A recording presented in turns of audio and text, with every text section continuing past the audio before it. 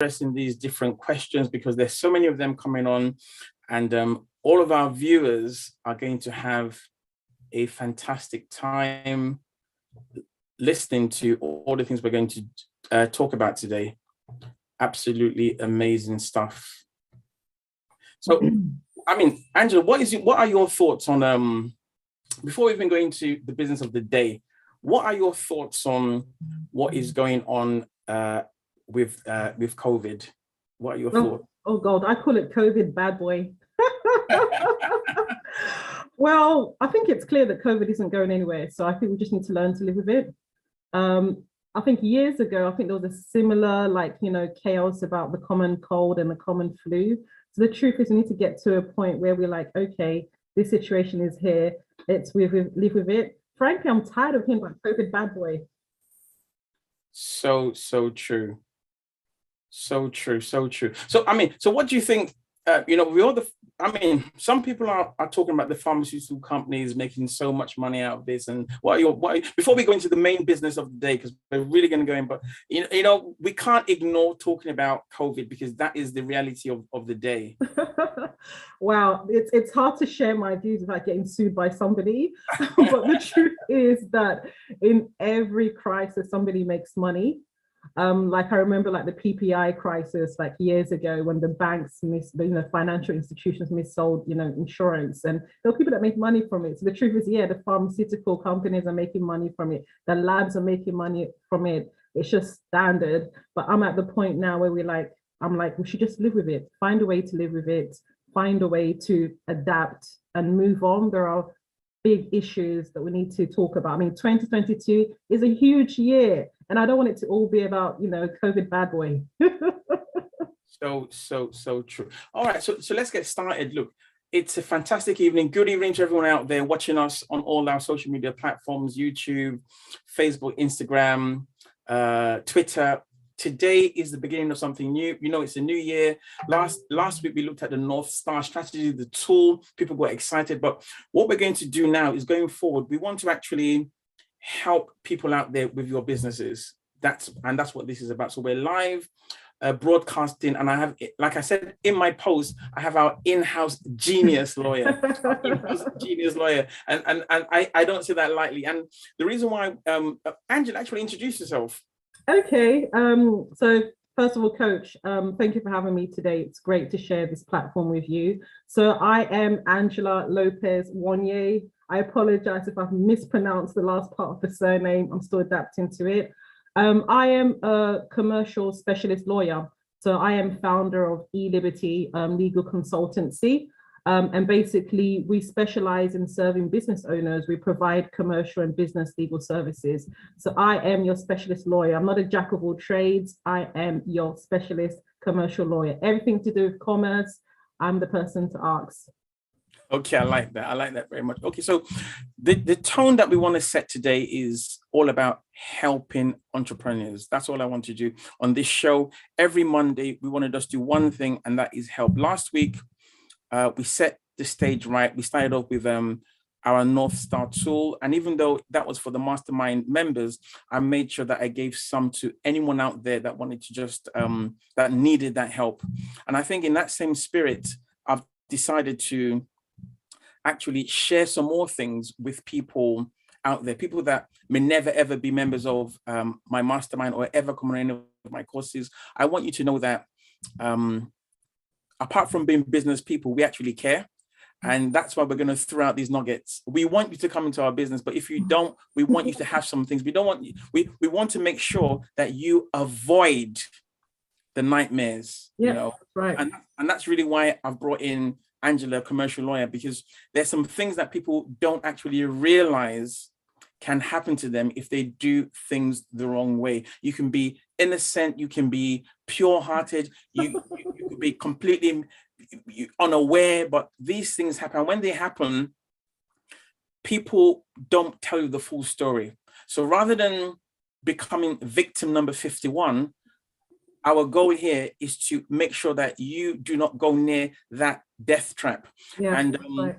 Because here we are digital specialists, so all things we do are to do with digital marketing, digital sales, digital apps, everything that is pretty much digital. Even when we trade, we trade cryptos and digital.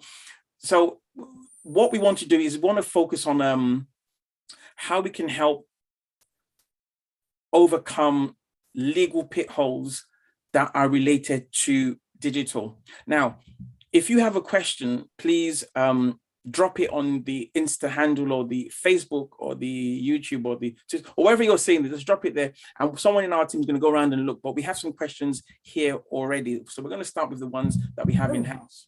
Right. So what I'm going to do is I'm just going to share my screen for a second so that I can actually make this clear, because the question really is to do with how, do we have to share our policies on our website? So someone's asking, do we have to share them? And if so, can we just get one online? That is okay. So I'm going to just jump onto my website. So everyone that's watching, so when Angela goes through, you can actually sort of compare it with what you've got. So if you've got the right thing, good for you. But if you want a double check, you want just to be sure, you can send a message in.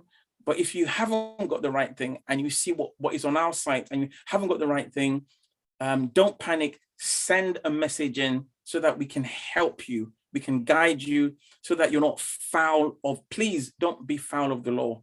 That's what we want. We want all of our viewers to not be foul of the law. So I'm going to show one of my websites now so that this example is super clear. Okay.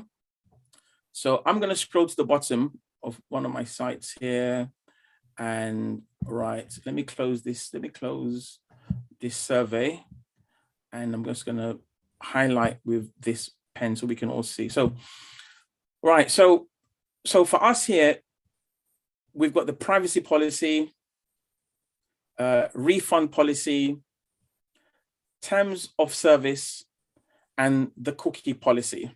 So I think the question that was being asked in the first one was to do with the cookie policy. So can you just give us a general overview? Should small business, do they have to have a cookie policy on their website, or is it something that they can just, Sure. I mean, the question is very simple. The question is yes, yes, yes, and yes. So in the legal industry or in the law, there are different hierarchies of law per se. So right at the top, we have what we call statutory law. Statutory law applies by virtue of you being within the jurisdiction. So I'll give a classic example. If you decide to drive your car down the highway, you have to comply with the highway code. It's not an option. It's not something that you could do if you like or you don't like. So data protection law is mandatory law. You have to comply. And a lot of people don't appreciate actually the cookie policy and the privacy policy is all related to data protection. It's based on the whole principle of one, transparency. You need to be transparent about what you're collecting. And two, you need to give the data subjects control around what you're collecting. So to answer that question is, yes, it's mandatory law. And actually, it's so important that it's actually a regulator in the UK. So the Information Commissioner's Office is responsible for ensuring that everybody complies with data protection. And under data protection law, you have the principle of transparency, putting people on notice around what you're collecting about them, how you're processing it, where it's going, and all that kind of stuff. So the answer is yes, yes, yes, yes. It's mandatory law, non-negotiable. and let me ask, so if you don't have a cookie policy, what could go wrong? What could happen? I'll just explain briefly what a cookie policy is. So if a cookie policy applies to electronic devices, so basically a cookie is an electronic file that tracks sort of the visitors, like let's say tour of your website. So when somebody goes on your website, if you've got cookies in operation, what it does is it lets you know which products they're looking at, which service they're looking at. So I don't know if it's happened to you before, Sam, where you've shopped on a website and then suddenly you get marketed the product that you were browsing.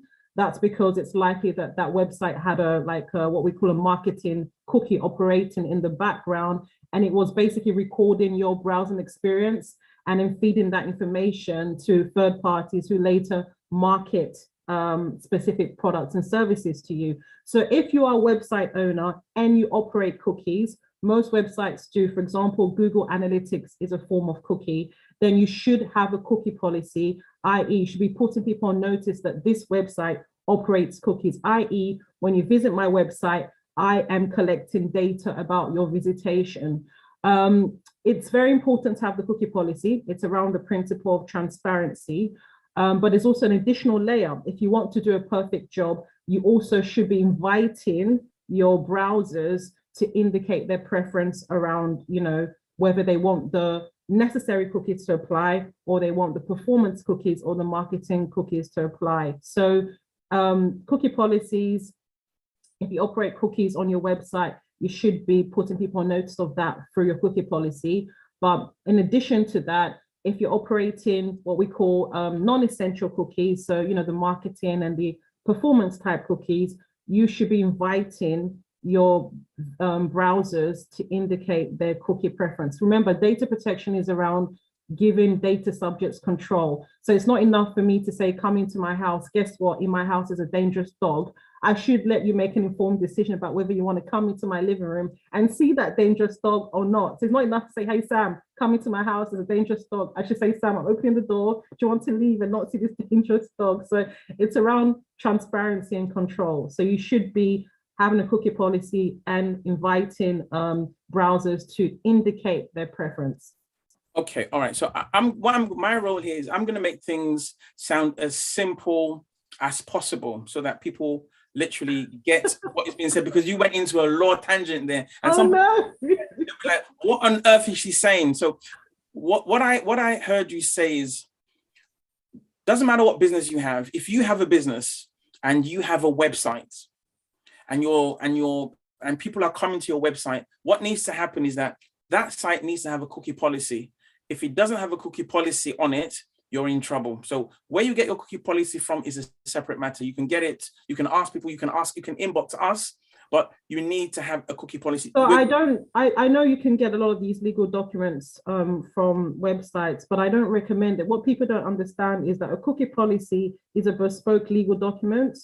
So if you put people on notice and the notice is incorrect, and I've seen some of my clients just say they copy and pasted the cookie policy from their coach or whatever. Your coach is setting out what his cookie position is. It may not necessarily be your cookie position. For instance, one of the things you have to do in the cookie policy is to spell out how long you're going to keep the cookies for. So how long are you going to keep the data around the browsing experience? If your coach is keeping the data for 5 years and then you say on your website, yeah, I'm also keeping it for 5 years, and it turns out actually that your website keeps it for 10 years, you have misrepresented. So it's one thing to have it, and it's the second thing to have the right document that makes accurate statements about your position. So it's not, I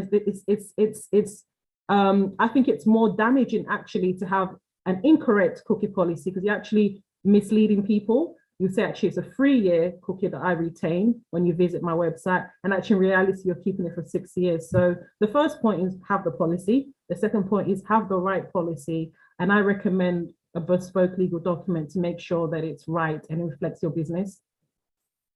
Okay, all right. So, all right, I think you've treated that really well. So everyone that's online, you have a website, you have to have a cookie policy, and you need to have a bespoke one, because if you copy somebody else's own and it doesn't reflect what you're doing, you can be in trouble as well. So avoid doing that. Right. The next question we have here is, this is a famous one. It's about refunds. I love refund questions. It's about refunds. And so let me just read it out. So it says, hi, Sam. Thanks for the opportunity. My question is, can I set the parameters of my refunds? For example, if somebody buys stuff off me and I've said sold as seen, and they want to return it to me after a day or two, can I refuse to give them a refund? Oh, I love these questions, and I have a lot of fun with online vendors when they don't realize I'm a lawyer and they sell stuff to me and tell me no refund. So the UK is a very regulated environment. So by regulated, I mean that there are laws in place to protect everybody. And one of the things that we have in place is a law called Consumer Protection Law.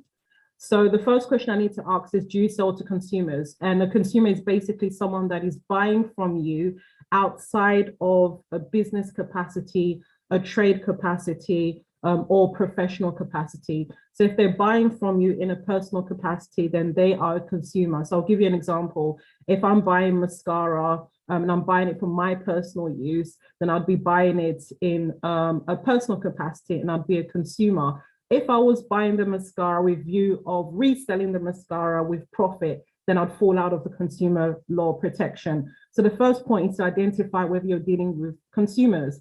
If you're dealing with a consumer, there are laws in place to protect the consumer.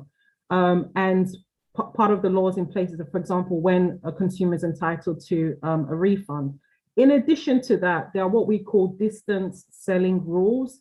If you are selling products or goods from a distance, i.e. from a website, then the law implies additional protection for the consumer. So if the person is buying something and they're not there in person, they generally have a right to a cooling off period, for instance. So they have a right to change their mind. And the law says it's 14 days. So stop there. So, you're a lawyer. This is all easy to you. Let's break it down for simple. So what you're saying is, right, I have a shop, or I have let me look at who's online. All right. Oh, I've got a nursery or something. All right, this is a good one because I can see a nursery owners online. So I have a nursery and there's a fashion designer online as well. So, all right, so let's pick on both of them. So I have a nursery and I come to you. I'm on your website and I'm an individual. I'm not a business. I just live at number 6 Brown Street. I'm an ordinary person. But remember, you can be an individual and be a sole trader and still be a business though. So it's not always clear whether when they're an individual, whether they're acting in the business capacity or as an individual. I work for the council. That doesn't mean anything. I have no other business.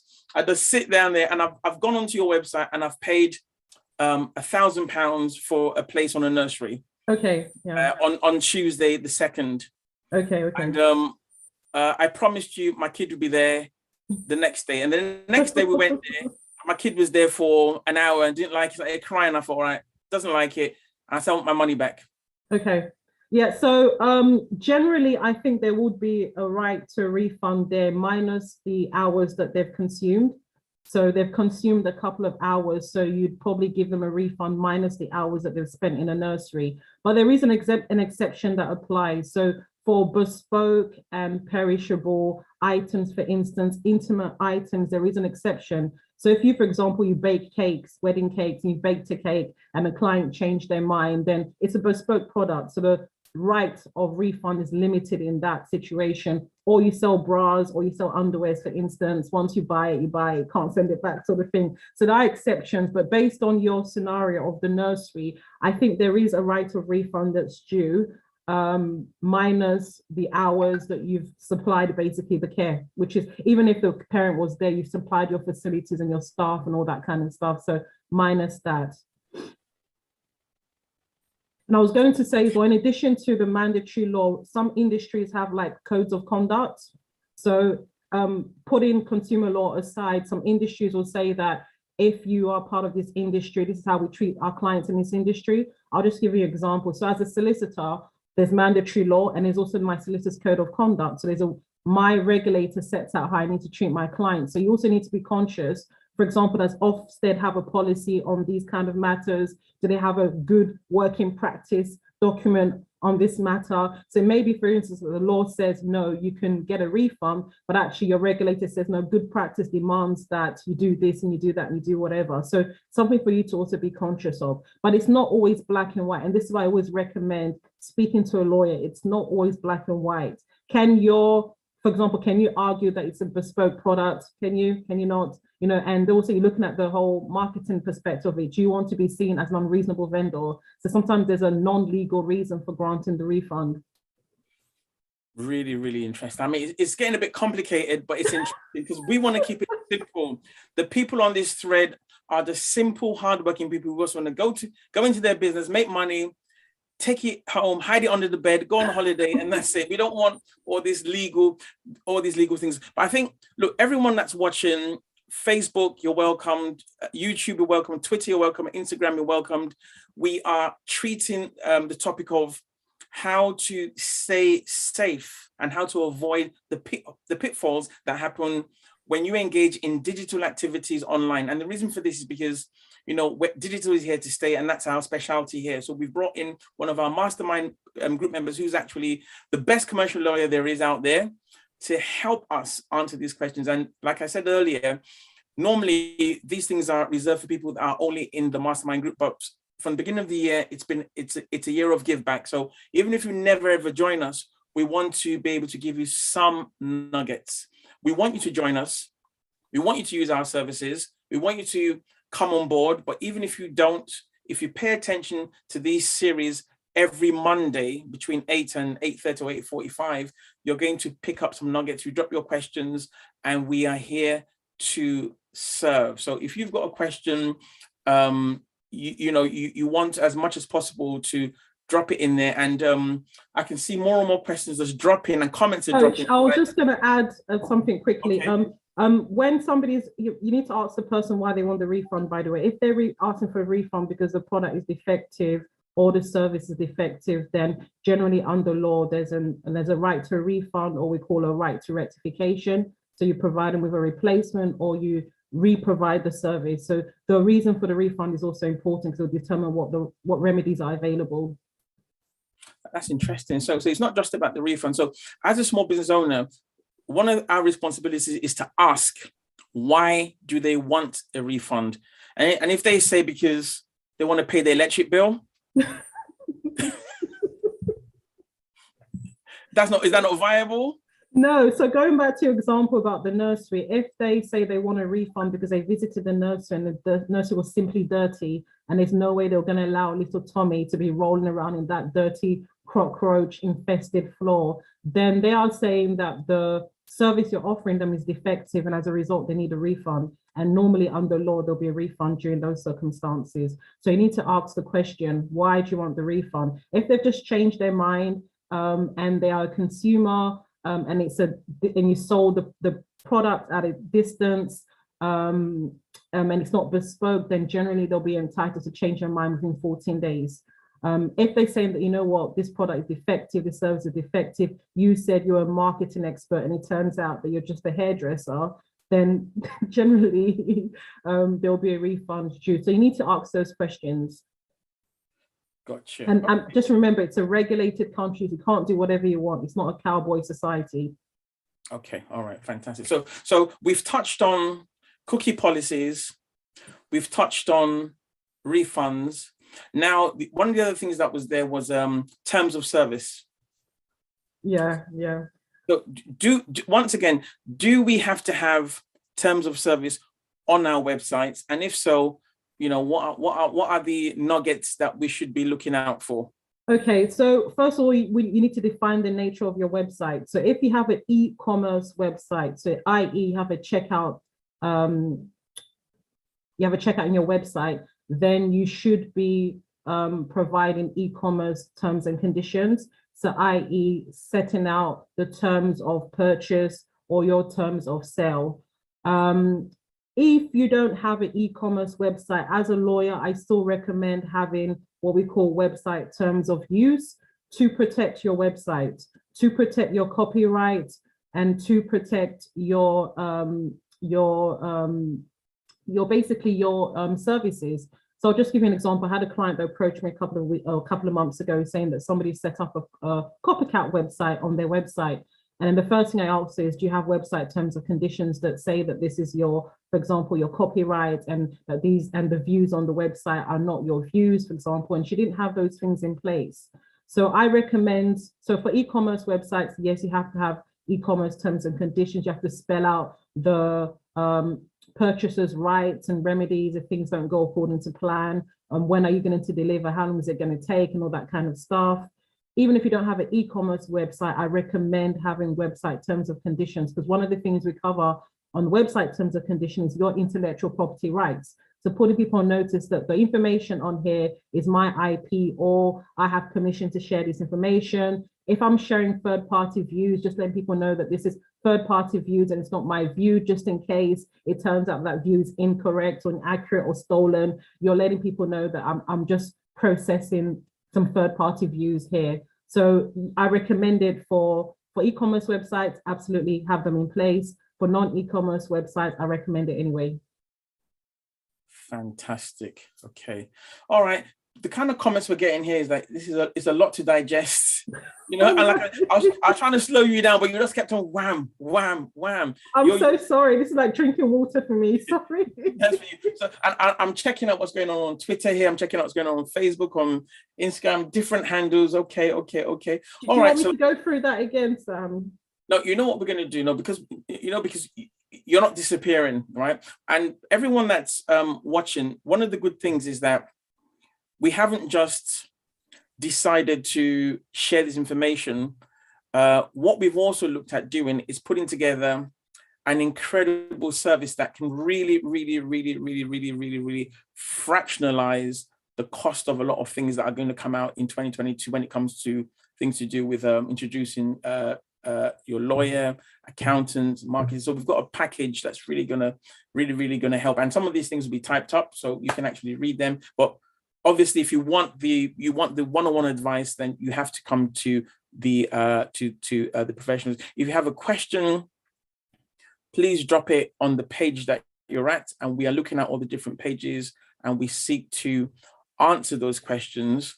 In the interim, do you want a glass of water, or are you good to go for the next one? I'm good to go. You've got me warmed up now. I can't stop. I've got you warmed up. Okay, let me look at the next one. Let me just go down there again. So the last one was, we haven't done privacy. How could I forget that? That's it. Privacy. So privacy policy is, once again, is it something that is compulsory? Because you see the way you're laughing, is it compulsory? Can we just go down the road and take it off someone else's Google site? Can we just copy and paste it from Joe's website? Right. So the answer is yes. It's compulsory. And actually, sometimes there's some confusion around who this law applies to. Even if you're based in Nigeria and you are targeting consumers and browsers in Europe, you should be complying with this legislation. So it's not specific to any jurisdiction. As long as you are targeting browsers in the UK or in Europe, then you need to be complying with this data protection because it's European based. So what a privacy statement is basically a statement of how you process personal data. And what people sometimes, the main mistake I normally see is that there's no privacy statement or the privacy statement is incomplete. So the privacy statement should be your declaration to the whole world on how you process all third-party personal data, not just people that visit your website, by the way. So if you have suppliers, you should be letting them know this is how we process your personal data. If you're applying for a job with us, this is how we will deal with your application when it comes to us. This is when we're going to delete it and all that kind of stuff. So it's a comprehensive position statement of how you comply with data protection. Again, I see a lot of copy and paste exercises on privacy policies. Don't declare what you can't comply with.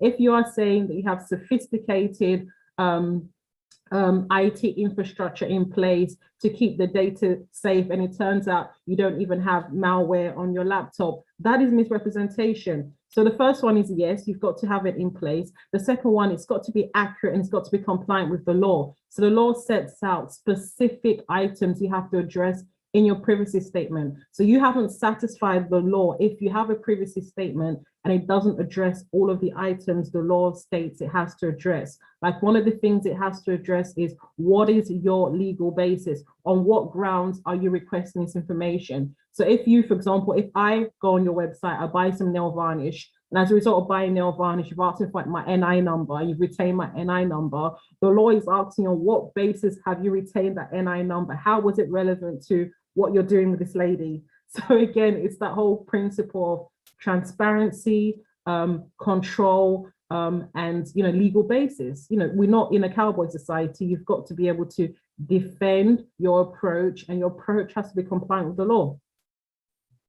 And there are, by the way, the ICO, the regulator for data protection, can fine businesses, I think up to 15 million for a data protection breach. And it's, Wait, hold on. Say that again.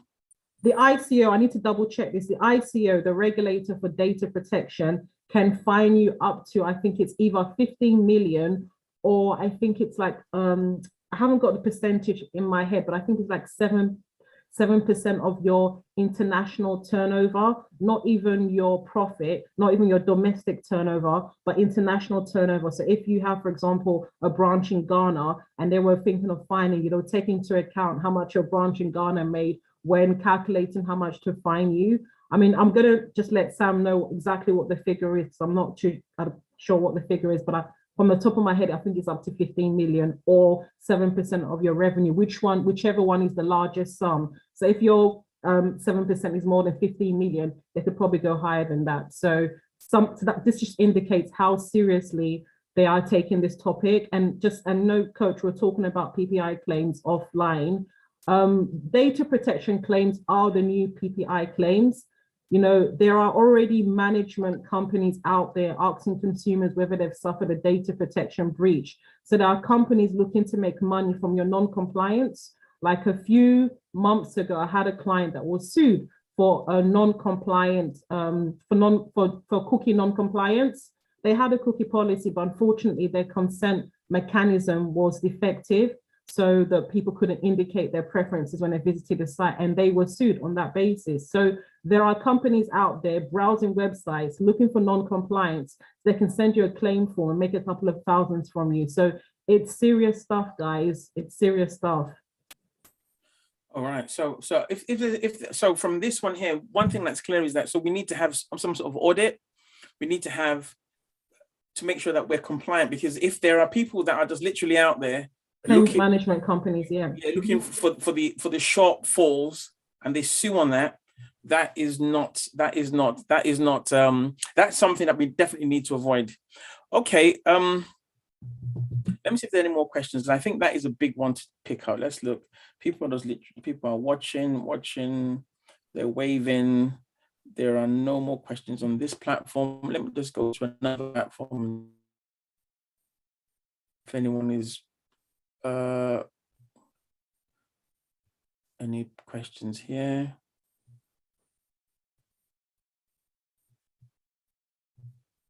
People are just looking. I think they're in shock. Oh no! Where did you get this lady? But she's a member of our lady from. This is what happens. This is what happens behind the scenes in the mastermind group, guys. We have some absolute geniuses in house. So if you align with us, you're actually aligning with the very best. Let me just check this other platform. Okay.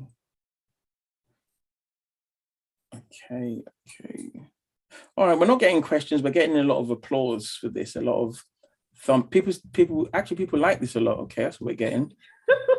They like it. All right. On a Monday evening. Monday evening. Food for thought from Monday evening. But I cannot believe it. It's already 8:36, and we wanted to finish at 8:30. And just started out, and time has gone. That just shows that we're having fun. But look, I think it's a good time to wrap it up. What do you think, Angela? Yeah, sounds good. Good time. Okay, what we're going to do, guys, is look, everyone that's joined us, thank you so much. We are here every Monday. Okay, so if you come next Monday, 8 p.m., get the same things. And if you have a question beforehand, just DM the question and we'll seek to treat it live so that it's at no cost to you if we can. Other than that, you know fully well that we have business services. And next week, I'm going to actually show you an incredible offer we have with our solicitor in house as well. I think that offer is going to blow your mind if you're watching this. It's going to be I think that's what 2022 is about. It's about helping. It's about helping, and we're going to do this. So everyone out there, go ahead. Sorry, Coach. I was going to say one last thing. Okay. So I've worked for like regulators during my legal career and everything, and there's so much talent in our community, but sometimes there's also a perception that we are not great at legal compliance. And we need to rebut that stereotype, because sometimes it does have, sometimes it doesn't have a basis. So I know that technically everybody's doing great stuff, but the truth is, if you are serious about business, then you should be spending just as much on marketing than you do on your legal budget. I've worked on massive brands like IKEA and B&Q in my former life, and their legal budgets are just as big as their marketing budgets because they understand the importance of legal compliance. All it takes is one claim, even if your turnover is 3 million, all it takes is a claim for 3 million to wipe it out. And then obviously all of the brand damage that comes with it as well. So it's something that we really need to work on in our community because there's so much talent, but sometimes the compliance aspect isn't always on point. Thank you. Those are very, very, very wise words. So look, everyone that's been with us today on all the platforms, we want to thank you for your time. We've looked at why we need to have our legals in place for our terms and conditions, our cookie policies, privacy policies, refund policies, and there's more. So if you have a business, what we're saying here, our call to you, our cry is avoid being sued, avoid losing all the money that you've earned to only give it away in a legal suit, because it happens every single year. Avoid falling foul of the law. If you have a question, bring it out on the floor, and our team here, our mastermind, we're here to help. We're here to help not just with the law. We're going to be bringing on some serious accountants soon. We're going to be bringing on more people in marketing, people in investments. They're all coming onto the stage, and we want to make sure that this community gets its act together. So if you've got friends out there, you've got cousins, please share the word that every Monday at 8 p.m. we are going live, and we're not charging you a penny for this. We just want you to come to learn and be empowered. And if you like us, yes, come and join us. If not, just be empowered. Don't say there was no one out there to help you. We're here to help. We're live every Monday, 8 to 30, 45 max. Okay, so we are going to sign off now. We've had a great time, and I think somebody's echoing there. I think that's you actually going on. But we're going to sign off now. But look, we've had a great time, everyone. Thank you so much for this. We really appreciate it. Angela, do you want to say any final words? No, just thank you so much for having me, and I look forward to learning more in the subsequent meetings on Monday evenings. All right, everyone. Take care, and